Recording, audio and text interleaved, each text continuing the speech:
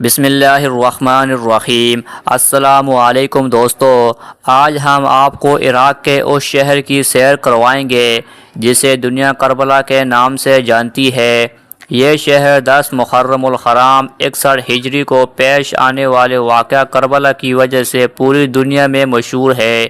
یہ صرف ایک شہر نہیں بلکہ تاریخ کی ایک کھلی کتاب ہے جسے جب بھی یاد کیا جائے تو ہر مسلمان کی آنکھ اشک بار ہو جاتی ہے۔ ہم آپ کو کربلا شہر کی تاریخ، واقعہ کربلا، یہاں کے قدیم اور خوبصورت گھروں کی جھلک اور ایسی دلچسپ معلومات بتائیں گے جو آپ نے شاید پہلے کبھی نہ سنی ہو۔ تو دوستوں، ویڈیو کو آخر تک ضرور دیکھیں اور تمام نئے آنے والے دوستوں سے گزارش ہے ہمارے چینل کو ضرور سبسکرائب کریں، ویڈیو کو لائک اور شیئر کرنا نہ بھولیں۔ دوستوں، کربلا عراق کا ایک مقدس ترین شہر ہے جو شیعہ مسلمانوں کے نزدیک روحانی اور تاریخی حیثیت رکھتا ہے۔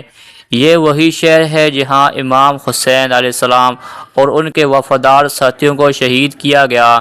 یہ واقعہ 10 محرم الحرام 61 ہجری بمطابق 680 عیسوی کو پیش آیا۔ دوستوں، کربلا ابتدا میں کوئی شہر نہیں تھا بلکہ ایک صحرائی میدان تھا جہاں یہ جنگ عظیم ہوئی۔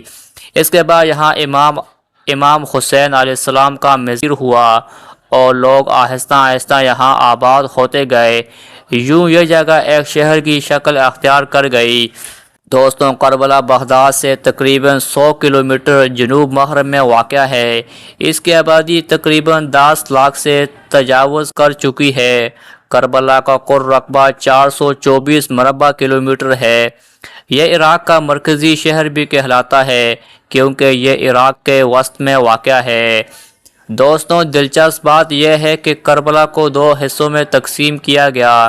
نمبر 1 پرانا کربلا جہاں مذہبی مقامات واقع ہے۔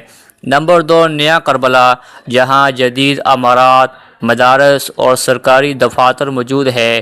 یہ شہر عراق کا ایک امیر ترین شہر بھی سمجھا جاتا ہے جہاں مذہبی زیارات اور کھجور کی پیداوار سے بڑی آمدنی حاصل ہوتی ہے۔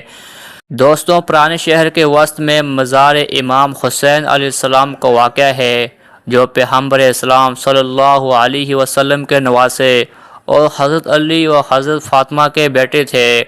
محرم اور اربعین کے ایام میں یہاں زائرین کی تعداد 2 کروڑ سے تجاوز کر جاتی ہے، جن میں ایک بہت بڑی تعداد نجف سے کربلا کا 80 کلومیٹر سفر طے کرتی ہے۔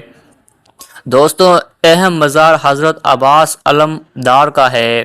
تیسرا بڑا مقام قائم گاہ کہلاتا ہے جہاں امام حسین علیہ السلام اور ان کے اہل بیت کے خیمے نصب تھے۔ دوستوں، جب یزید بادشاہ بنا تو وہ دین اسلام کے خلاف کام کرنے لگا۔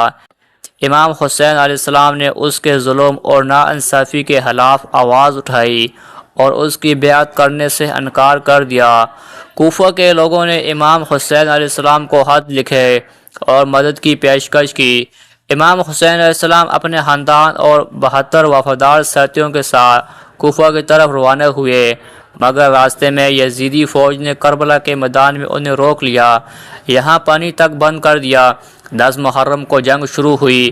امام حسین علیہ السلام کے ساتھی ایک ایک کر کے شہید ہوتے گئے اور ان کا چھوٹا بیٹا علی اصغر پیاز کی حالت میں تیر کا نشانہ بنا۔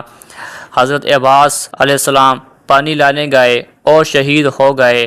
نوجوان قاسم بھی بہادری سے لڑے اور شہادت پائی۔ آخر میں امام حسین علیہ السلام نے خود میدان میں اتر کر عظیم قربانی دی اور سجدے کی حالت میں شہید ہو گئے۔ شہادت کے بعد اہل بیت کو قید کیا گیا اور حضرت زینب علیہ السلام نے ظلم کے خلاف آواز اٹھائی۔ 14ویں صدی کے بعد بھی کربلا کا نام زندہ ہے۔ یزید نے سمجھا تھا کہ اس نے جیت لی، لیکن آج بھی دنیا بھر میں حسین علیہ السلام کا پرچم بلند ہے۔ دوستوں، آخری پیغام یہ ہے کہ امام حسین علیہ السلام نے باطل کے خلاف کھڑے ہو کر حق کا علم بلند کیا۔ ہمیں ان کے راستے پر چلنے کی کوشش کرنی چاہیے۔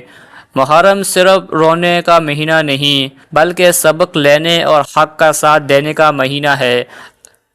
دوستوں، اللہ تعالیٰ لعنت کرے ان تمام لوگوں پر جنہوں نے امام حسین علیہ السلام اور ان کے اہل بیت کو کربلا میں شہید کیا۔